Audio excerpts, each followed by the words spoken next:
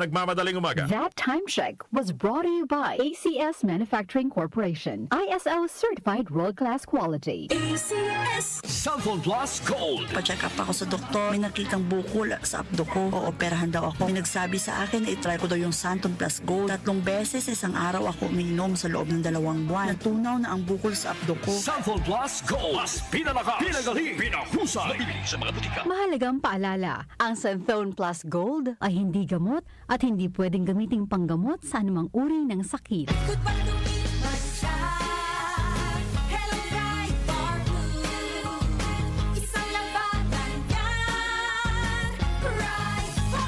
Pride Bar Blue with powerful stain-away enzymes. Malupit magtanggal ng dumit mancha pero di masakit sa kamay.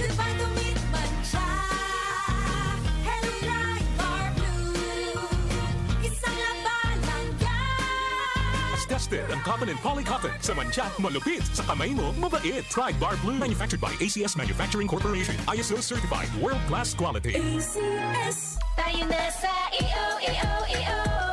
Tayo'y magpatingin. Tayo na sa EO. Sila'y eksperto pagagaling. Tayo na sa EO. Inyong mata ay mahalin. EO Executive Optical. Optical, ito'y practical. EO.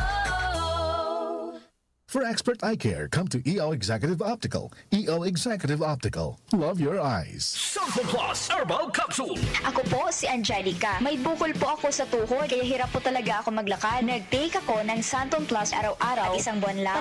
Palit ang bukol ko. Epektibo talaga ang Santon Plus Herbal Capsule. Santon Plus. Mabibili sa mga butika. Mahalagang paalala, ang Santon Plus Herbal Capsule ay hindi gamot at hindi pwedeng gamiting panggamot sa anumang uri ng sakit. Sa mga maiinit na isyu ng bayan, mahalagang marinig ang inyong opinyon at reaksyon. Opinyon mo, opinyon ko. Halina't pag-usapan natin at ibahagi ang inyong mga saloobin. Opinyon mo, opinyon ko. Kasama sina Joel Gorospe at Darlene Olaño. Lunes hanggang Biyernes, alas 6 hanggang alas 9 ng umaga sa OMOK. Boses ng mamamayan, ang number one. Ito ang DWWW 774 Manila, your ultimate news and music radio. News, music, information. Sabayang napapakinggan sa DWHD-FM 107.9 Dagupan City, Pangasinan. Si Brian Kitoriano, Ilocano, nang gigising sa inyo sa 774 Headline.